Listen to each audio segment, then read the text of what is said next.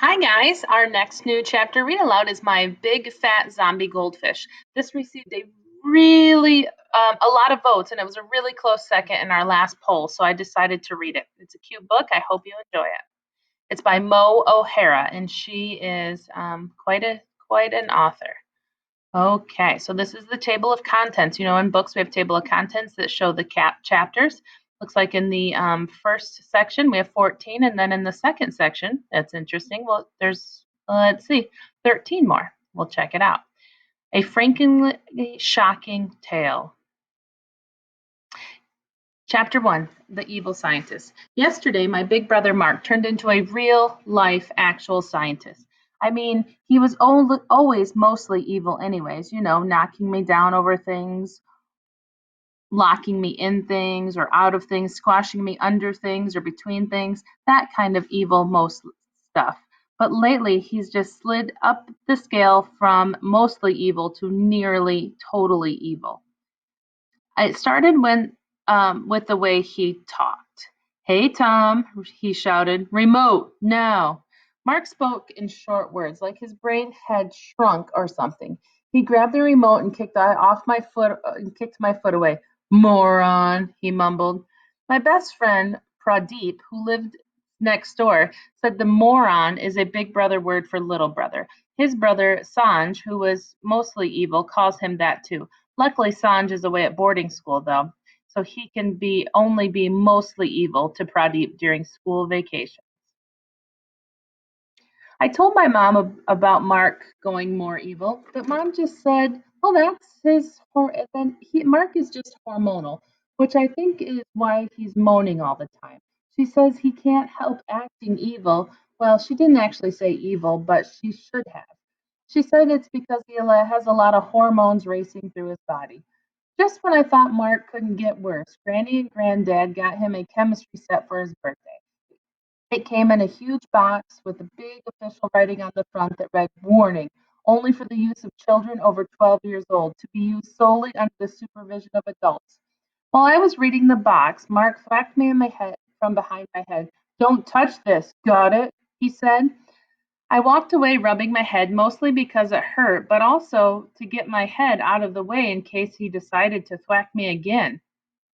He took out a white scientist coat and looked at all the stuff inside the box. There were bottles and test tubes and cups and little stirrer things that all made of glass, real breakable glass.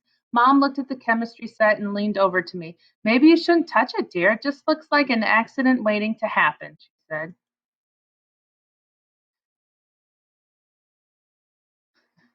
Yeah, I've got a few minutes before that accident I'm gonna cause. I can't wait. So is this a banana peel with a cell phone? I'm just saying. Talking about causing an accident on the road. It's weird. Mark put on the coat and turned around. He folded up the collar, shoved his hands in his pocket, and let out a creepy smile over his face. And you know that squirmy, prickly feeling when you let a millipede crawl on your arm? I had that feeling, but in my stomach. Mark had turned into an evil scientist, but I didn't know how evil he could be until he came home the next day with the goldfish. Notice this symbol here. It's like a hazard symbol, triangle with a exclamation point in it. Chapter 2, A Fish in a Bag. We'd had a goldfish before. We wanted them at the church fair by throwing ping pong balls over into the little bowls they were swimming in. They didn't live very long though. Mom said it was because the fish all had concussions from being hit on the head with ping pong balls. I had a concussion once when I was 4 after I accidentally ran into the front door and that Mark accidentally slammed shut as he accidentally yelled, "Run, Tom, run!" That was back when he was just mostly evil. I remember the doctor shining a tiny flashlight into my eyes and then asking me if I could name all the Teletubbies. I told her that Teletubbies were lame and that I threw up on her shoe. Not to be evil, just because I had to, you know. She said I had a concussion and needed to stay in the hospital over so they could keep an eye on me. Oh, now I get that picture. He's in a hospital bed with an eye on him. Uh-huh. Oh, I get it. At first, I looked at that picture and I was like, why is there a giant eyeball on him? Turns out so they could keep an eye on him. Get it? They put an eye on him. So the day after Mark got the chemistry set, he came home straight after school with the goldfish in a little plastic bag and headed straight upstairs. Mom and I followed. Did you go to the fair? I asked. Moron. He shot me a look and he pulled his earphones out of his ear. It's from a pet shop for school, science week. What do you need? Why do you need? Mom started to ask when Mark shoved the letter in his face from his bag into her face. She read aloud. Class 7M will be doing experiments on the effects of pollution on marine populations. Students will show photos of their experiments to the class tomorrow. She looked at Mark. Okay, if it's homework, she said, and she headed down the stairs. At least you're doing something green.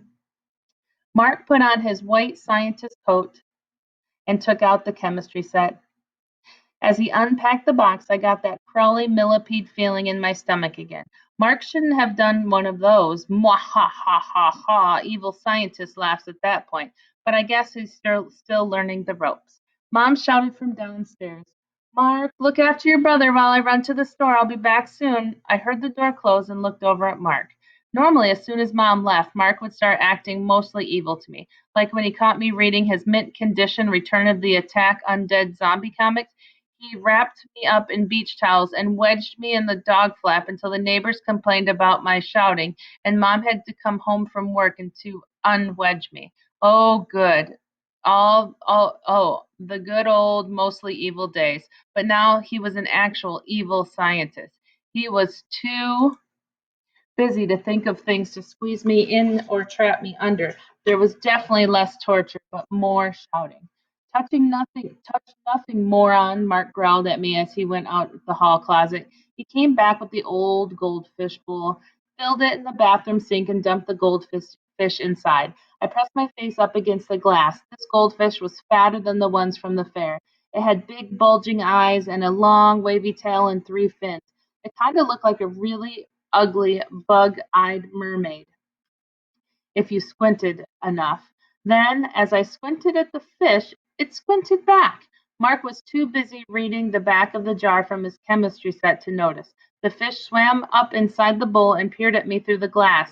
Its little mouth was opening, closing. I know it sounds crazy, but I swear it looked like it was saying, Help me, help me, help me.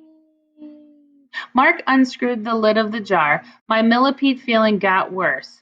He took out some test tubes and mixed up a bottle of truly evil looking green mixture. What are you doing? I asked. Polluting, he grunted, and he tipped some of the green stuff into the water with the fish. Stop! It could hurt the fish, I shouted, and I tried to grab the bottle. Mark shoved me back on the carpet with one hand while he added some brown powdery stuff and gray flakes to the fishbowl. I tried to get up, but he held me firm by pushing his size 7 sneakers down on my chest. He grabbed his phone and snapped a picture of the fish swimming around in the gunky water.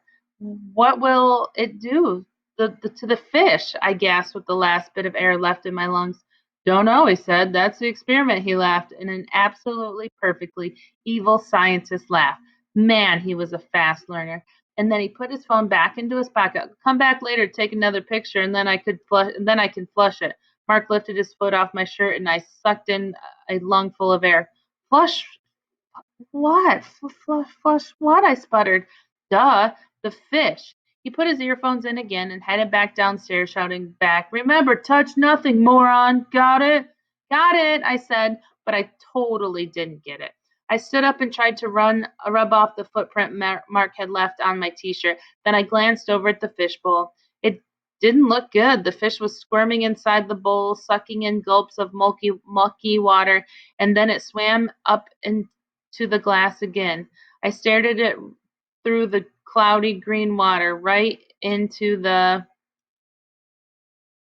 fish's bulging eyes, and didn't the and did the most dangerous thing I've ever done before in my short life. I touched it.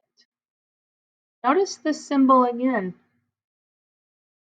I'm almost thinking maybe this shows that it's the end of a new paragraph each time. Let's check that out. So when we start reading tomorrow, chapter 3, Fish 911, we will just kind of see, noticing the text structures that the author does different authors do stuff. We'll see if that's one of hers.